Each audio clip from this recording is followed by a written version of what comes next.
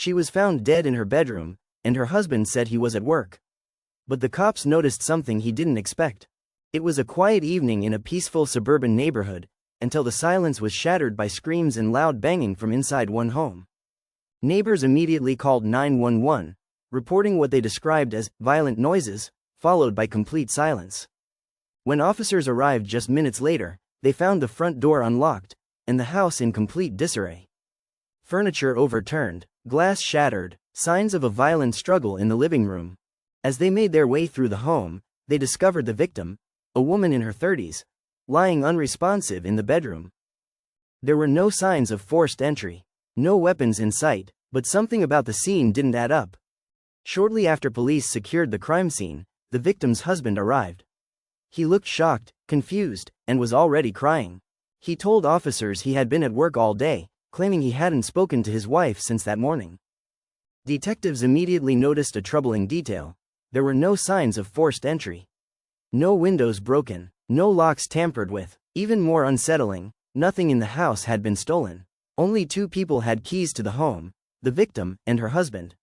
Now, the man standing in front of them, claiming to be heartbroken, was the only possible person with access, and a motive still hidden in the shadows. As detectives dug deeper, cracks in the husband's story began to appear.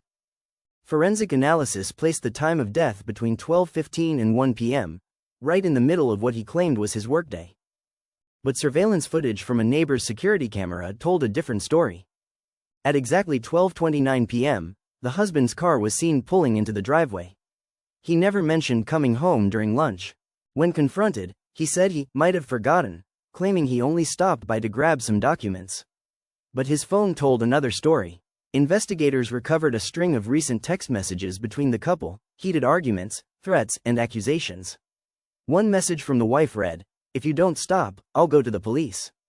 That was sent just 2 days before she was killed.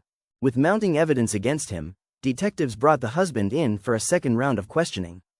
His tone had changed, the tears were gone, the confidence shaken. This time, his story wasn't the same. "Okay," he said, "I went home for a bit, just to talk to her.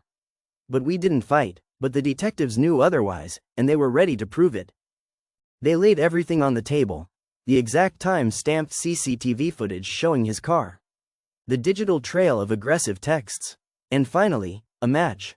His fingerprints were found on the murder weapon, hidden beneath a towel in the laundry room. At that moment, the husband froze. The room went silent. He put his head in his hands. Some say he quietly muttered, "It wasn't supposed to happen like this." Others say he kept denying it, right up until he was arrested and taken away in handcuffs. News of the murder shook the community. Friends and family gathered outside the home, placing flowers, candles, and photos of a woman they described as kind, loving, and full of life. At a press conference, police confirmed the case was domestic in nature. "These cases are always tragic," one officer said. "She tried to protect herself, but didn't get the chance."